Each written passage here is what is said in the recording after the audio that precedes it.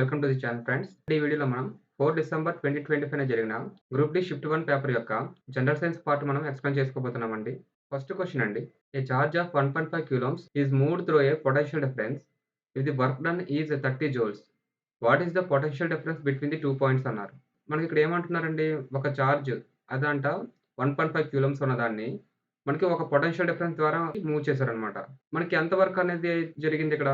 30 joules. అయితే ఆ potential difference అనేది ఎంతుంటుంది అని అడుగుతున్నారన్నమాట. ఆ 2 పాయింట్స్ మధ్యన. మనకి ఫార్ములా తెలుసు. P I V. ఇక్కడ మనం P అనేది మనం వర్క్ అనుకుందాం.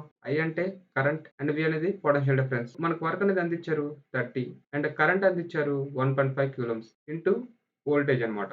Are potential difference. 30 3/2 into V 3 10. So, ఇప్పుడు మనకి పొటెన్షియల్ డిఫరెన్స్ ఎంతొచ్చిందండి? 20. అండ్ ఆప్షన్ ఏని మనం ఆప్ చేసుకుంటాం. Question number 2. If a body falls freely from a height, its potential difference is converted into అన్నారు. అంటే ఒక వస్తువు అనేది ఇప్పుడు సపోజ్ ఎర్త్ యొక్క సర్ఫేస్ ఇదనుకోండి. ఈ సమ్ హైట్‌లో ఉంది. మనకి హైట్ నుంచి ఆబ్జెక్ట్ అనేది డ్రాప్ చేసినప్పుడు దాని యొక్క పొటెన్షియల్ ఎనర్జీ అనేది ఏమవుతుంది అని అడుగుతున్నారు. మనకి ఆల్రెడీ తెలుసు. ఒక వస్తువు మనకి ఎర్త్ యొక్క సర్ఫేస్ నుండి కొంత హైట్‌లో ఉన్నప్పుడు దానికి ఆల్రెడీ పొటెన్షియల్ ఎనర్జీ ఉంటుంది. ఎంజీహెచ్. ఇది ఎప్పుడైతే ఆబ్జెక్ట్ అనేది మనకి ఇప్పుడు ఫ్రీ ఫాల్ అవుతుంది గదా! సో, ఫ్రీ ఫాల్ అయ్యేటప్పుడు ఈ పొటెన్షియల్ ఎనర్జీ కాస్త మనకి కైనెటిక్ ఎనర్జీ కింద కన్వర్ట్ అవుతుందన్నమాట.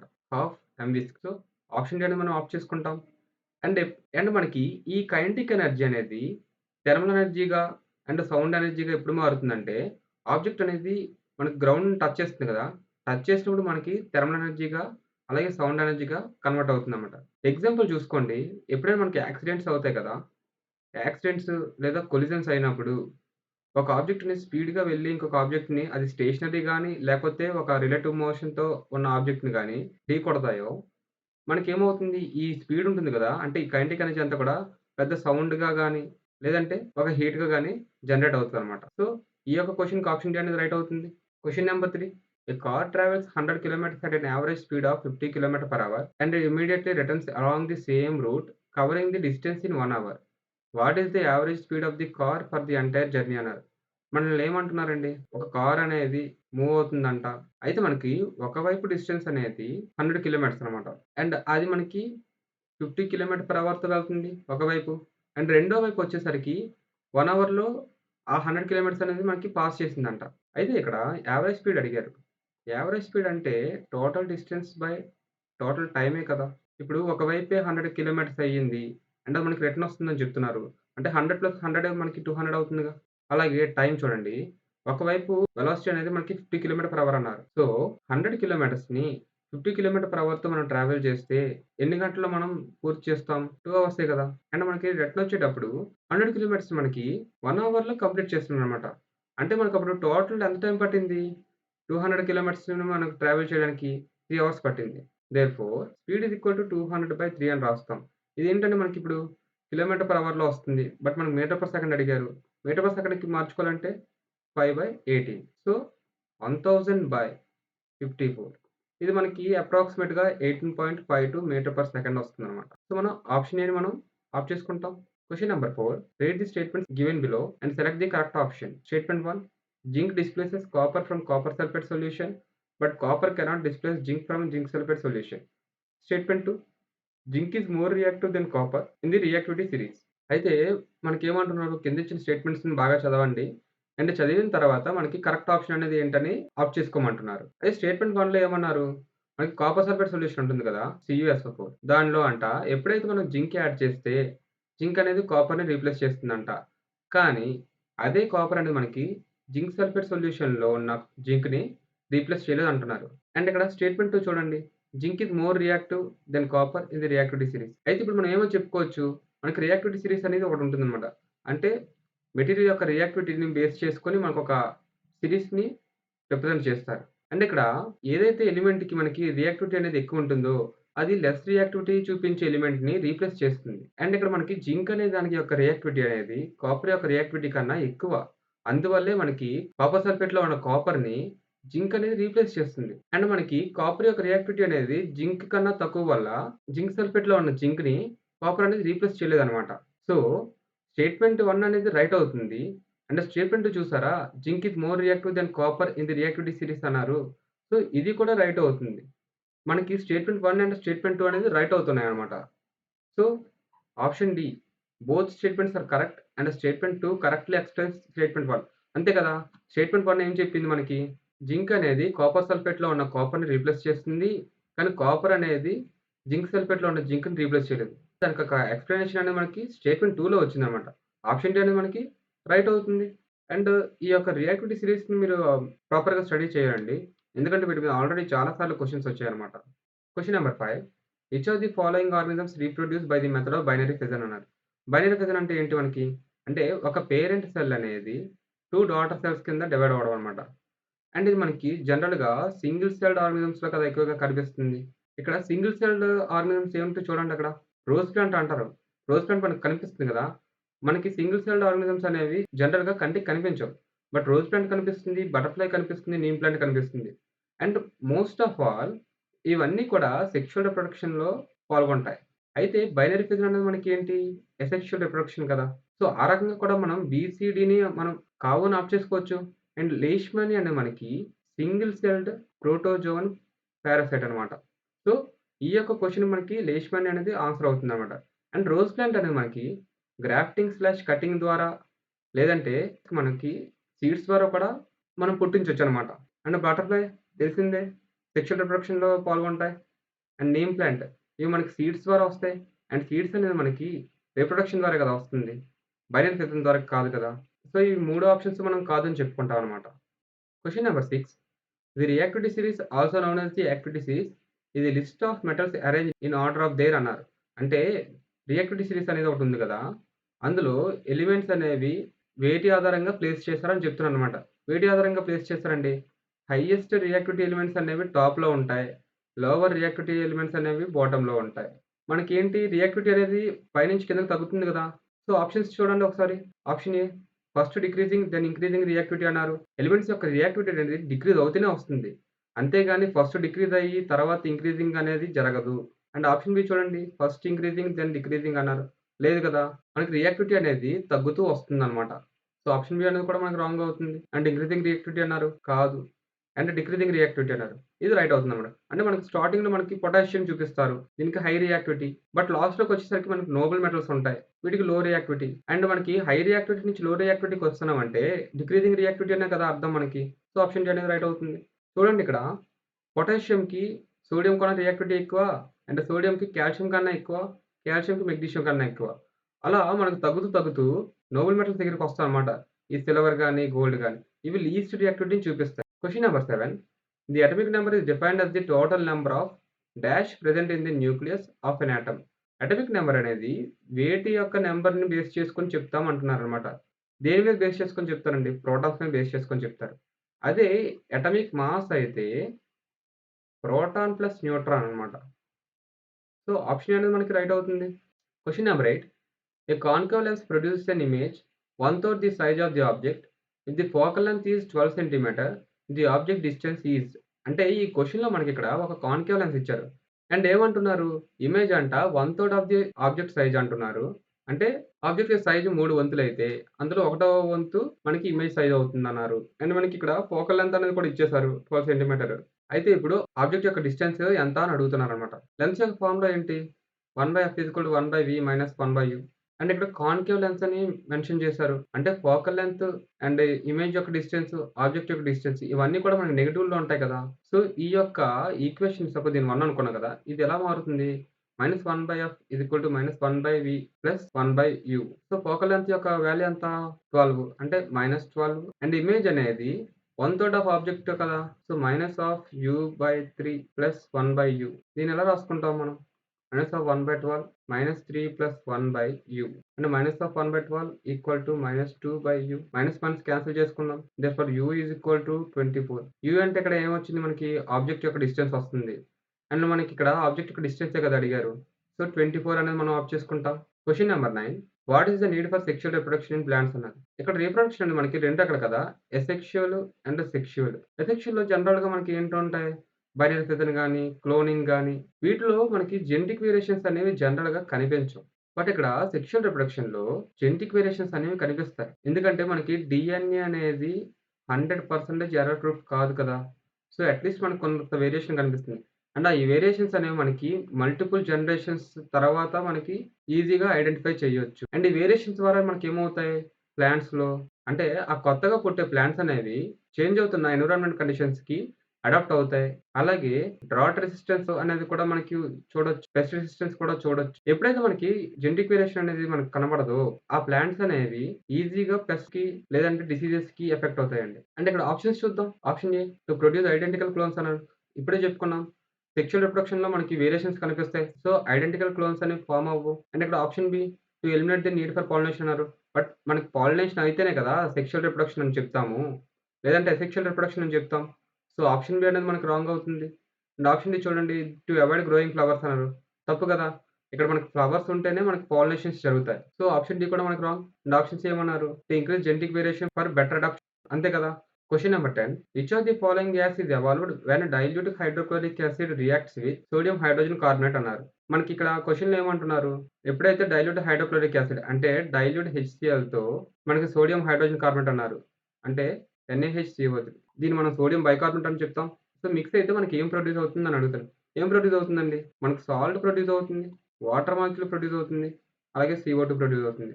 ఈ క్వెషన్ మీరు ఒకవేళ తెలియకపోతే బ్యాలెన్స్ చేసుకుంటే మీకు తెలుస్తుంది. ఇక్కడ గమనించండి. ఒక సోడియం ఉంది. ఒక క్లోరిన్ ఉంది.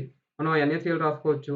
అండ్ ఇక్కడ ఒక హైడ్రోజన్, ఒక హైడ్రోజన్ అండ్ ఇక్కడ O3 ఉంది చూసారా? ఇందులో నుంచి ఒక ఆక్సిజన్ తీసుకోండి. సో, మనకు ఒక H2O వచ్చింది. అండ్ ఇక్కడ ఒక కార్బన్ మిగిలిపోయింది. అలాగే 2 ఆక్సిజన్స్ మిగిలిపోయాయి. ఒక కార్బన్ డయాక్సైడ్ వచ్చింది. మనకి ఈ ప్రొడక్ట్స్‌లో నైట్రోజన్ అనేది కనిపిస్తుందా? లేదు. అండ్ ఆక్సిజన్ లేదు. అండ్ హైడ్రోజన్ లేదు. బట్ కార్బన్ డయాక్సైడ్ క్లియర్‌గా మనకు కనిపిస్తుంది.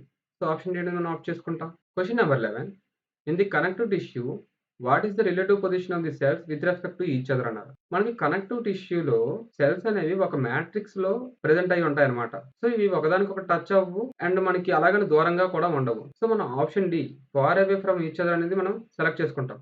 Question number 12 which of the following represents an end product of the anaerobic respiration in animals అన్నారు. మన క్వెషన్‌లో ఏమంటున్నారు? ఎనరోబిక్ రెస్పిరేషన్‌లో అది కూడా యానిమల్స్‌లో జరిగినప్పుడు మనకి ఎండ్ ప్రొడక్ట్స్ ఏమి అని అడుగుతున్నారన్నమాట. ఎండ్ ప్రొడక్ట్స్ ఏమవుతాయండి ఎనరోబిక్ రెస్పిరేషన్‌లో మనకి? లాక్టిక్ యాసిడ్ అవుతుంది. అదే ప్లాంట్స్‌లో అయితే కార్బన్ డయాక్సైడ్ అండ్ ఎథనాల్ అవుతాయన్నమాట. అండ్ ఇక్కడ ఈ ఎనరోబిక్ రెస్పిరేషన్ అనేది ఉంది కదా! ఇది 2 స్టేజెస్‌లో అవుతుంది. ఒకటి గ్లైకోలిసిస్ స్టేజ్ అండ్ రెండోదొచ్చి మనకి ఫెర్మెంటేషన్ స్టేజ్. అండ్ ఈ ఎనరోబిక్ రెస్పిరేషన్ అనేది మనకి ఆక్సిజన్ లేనప్పుడు జరుగుతుంది. అంటే మనకి మజిల్స్ ఉంటాయి కదా!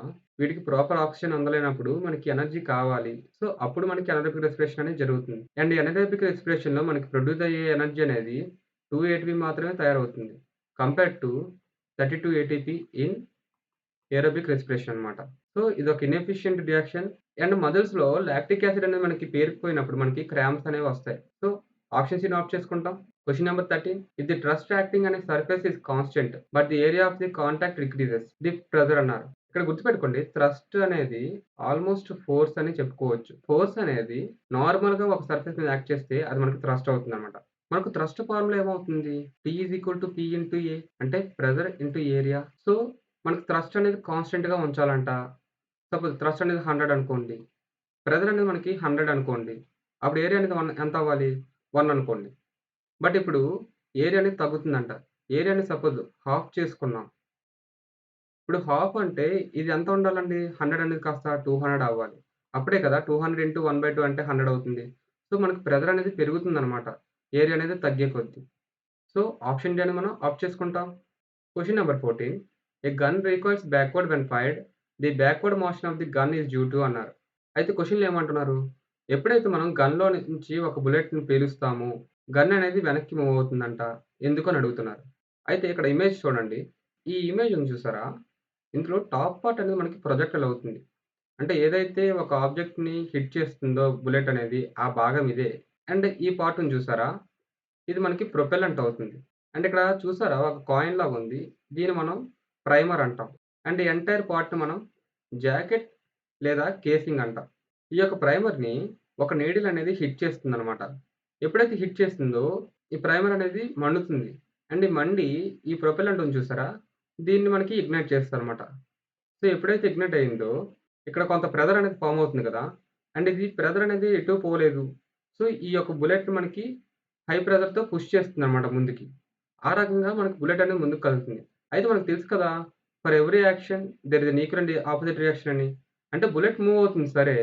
బట్ బుల్లెట్ మూవ్ అయినప్పుడు మనకి ఫోర్స్ అనేది వెనక్కి రావాలి కదా! సో, వెనక్కొచ్చినప్పుడు మనకిక్కడ ఈఎంఐ చూడండి. వెనక్కొచ్చినప్పుడు ఈ మొత్తం గన్ ఉంది చూసారా? గన్‌నది వెనక్కి పుష్ చేయడానికి ట్రై చేస్తామట. బుల్లెట్ అనేది ముందుకు మూవ్ అవ్వడం అనేది యాక్షన్ అయితే, ఆ బుల్లెట్ ఎగ్జర్ట్ చేసే ఫోర్స్ అనేది మనకి రియాక్షన్ ఫోర్స్ అని చెప్పుకుంటాం. అండ్ ఇక్కడ ఆప్షన్ బి చూడండి. Reaction force of the bullet on the gun అన్నారు. అంతే కదా! Question number 15 which of the following compounds is unsaturated అన్నారు. ఇక్కడ గుర్తుపెట్టుకోండి అన్సాచురేటెడ్ అంటే ఆ కాంపౌండ్‌లో మనం డబుల్ బాండ్ లేదా త్రిబుల్ బాండ్ అనేది చూస్తామనమాట. అయితే కింద ఇచ్చిన ఆప్షన్స్ చూడండి. బ్యూటేన్ అన్నారు. ఏన్ అంటే ఇది ఆల్కేనే కదా! ఆల్కేన్స్ అనే వాటిలో సింగిల్ బాండ్ ఉంటాయి. ఇవి సాచురేటెడ్. బట్ మనల్ని ఏమడిగారు? అన్సాచురేటెడ్ అడిగారు. సో, ఏ అనేది మనం రాంగ్ అని చెప్పుకుంటాం. అండ్ బ్యూటేన్ వచ్చేసి మనకి ఫార్ములా ఏంటి? C4H10 అంటే ఇక్కడ మీథేన్ అంటున్నారు. మీథేన్ కూడా ఒక ఆల్కేనే కదా!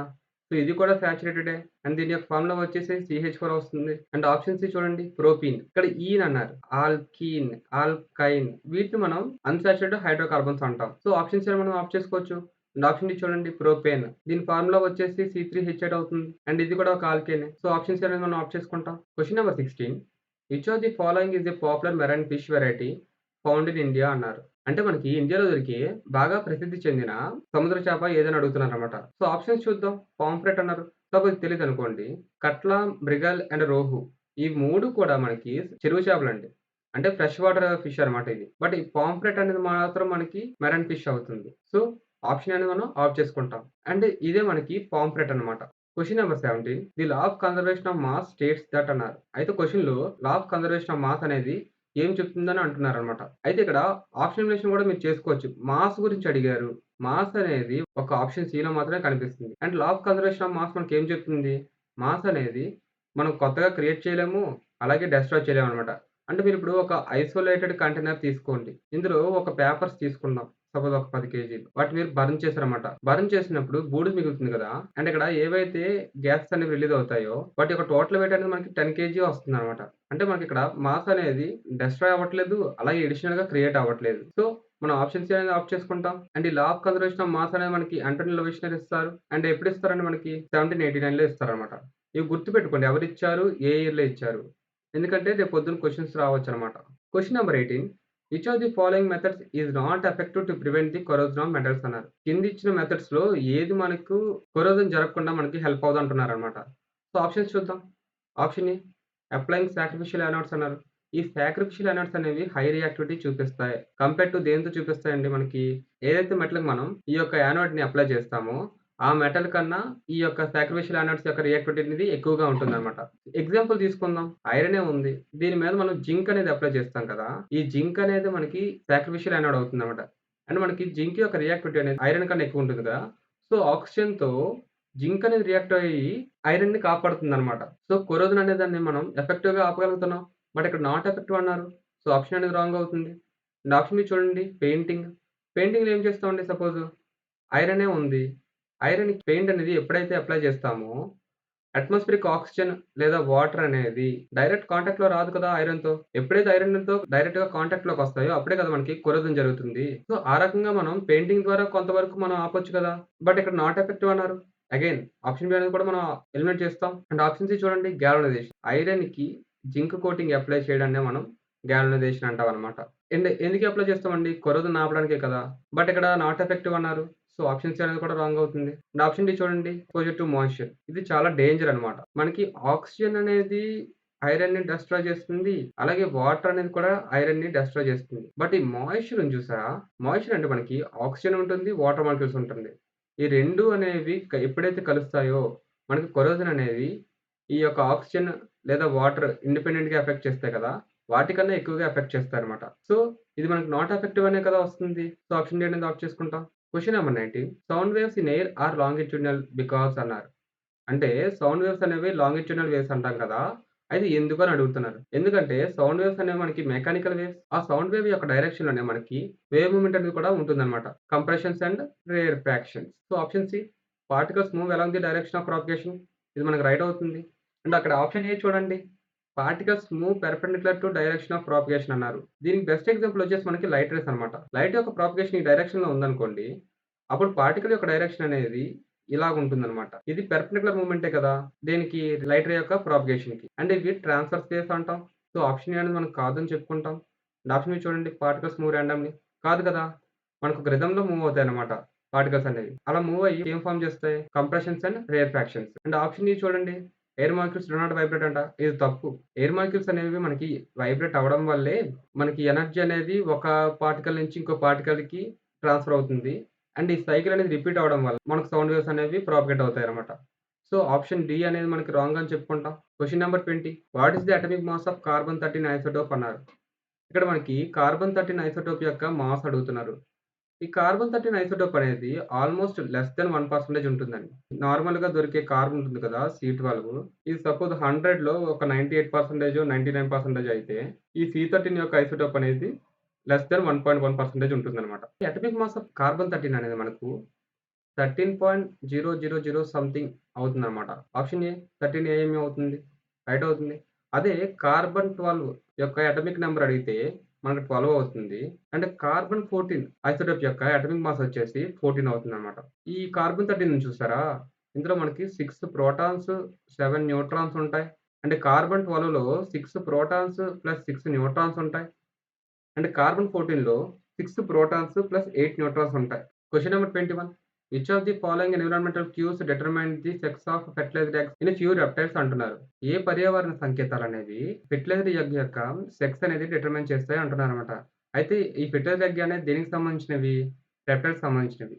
ఈ రెప్టైల్స్ అంటే మనకేమవుతుంది? క్రోకోడైల్స్ అవుతాయి, టర్టిల్స్ అవుతాయి అండ్ లిజర్డ్స్ అవుతాయి. అండ్ మనకి ఆన్సర్ వచ్చేసి టెంపరేచర్ అవుతుందన్నమాట. ఎగ్జాంపుల్స్ తీసుకుందాం.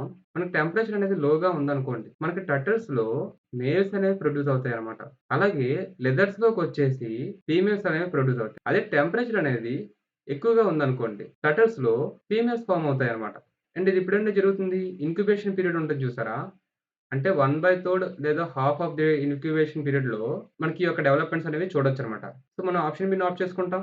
Question number 22 in the sign convention for lenses all distance are measured from అన్నారు. లెన్స్‌లో ఏ భాగం నుండి మనకి డిస్టెన్స్ అనేది మెజర్ చేస్తారంట. అది ఆబ్జెక్ట్ కావచ్చు, లేదా ఇమేజే కావచ్చు. ప్రతి లెన్స్‌కి మనకి ఆప్టికల్ సెంటర్ అనేది ఒకటుంటుంది. అండ్ ఈ ఆప్టికల్ సెంటర్ నుండి మనకి ఆ ఇమేజ్ గాని, ఆబ్జెక్ట్ యొక్క డిస్టెన్స్ అనేది గాని మనకి మెజర్ చేస్తామనమాట. సో, ఆప్టికల్ సెంటర్ అనేది మనం ఆప్ట్ చేసుకుంటాం. Question number 23 what is the name of the place where bees are kept for commercial honey production అన్నారు. ఏమంటున్నారంటే తేనెను తయారు చేస్తాం కదా! తేనెను తయారు చేసే ఆ ప్రొడక్షన్‌ని మనం ఏమంటాం అని అడుగుతున్నారనమాట.